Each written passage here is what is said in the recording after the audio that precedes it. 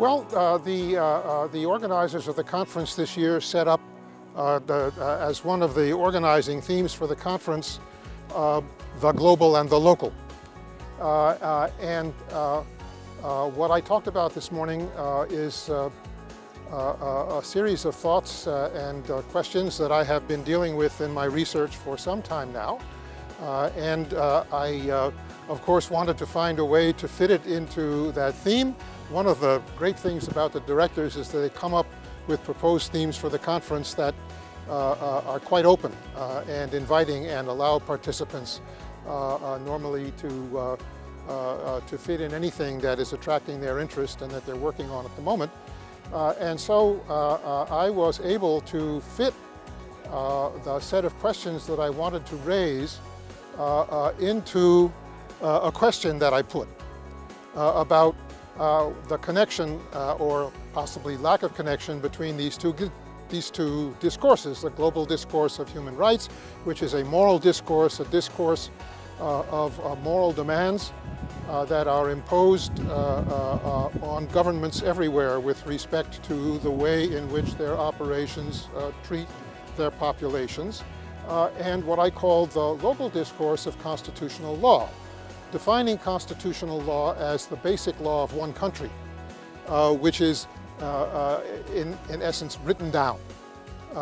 in one place in a set of canonical sentences that are normative and prescriptive and that are supposed to be the preconditions for the validity of any further legal operations, including legislative operations of the state. Then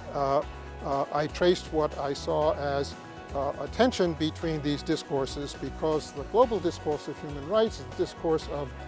morality, it's a discourse of right and wrong.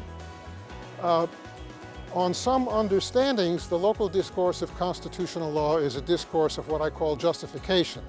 It's a discourse of responding to questions from affected members of the population about why they should be called upon to give their agreement and compliance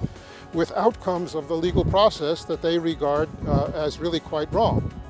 and even to the point of transgressing against morality. So the question from that point of view is, if a law is not in conformity with the true morality of human rights, what claim has it on me? The answer given from the local standpoint of constitutional law is, well, this answer came out of a system of governance that is our system,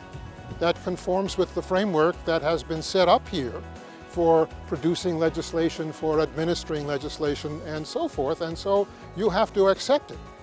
right? Well, there's a rejoinder. I don't have to accept it if that system for the production of legal outcomes is not itself acceptable to me as, in the discourse of political liberalism, a reasonable and rational, free and equal person. And so the challenge then becomes to explain how the system in force is acceptable from that point of view in a way that would make also acceptable whatever more specific outcomes come out of the system that might or might not be seen to be terribly wrong.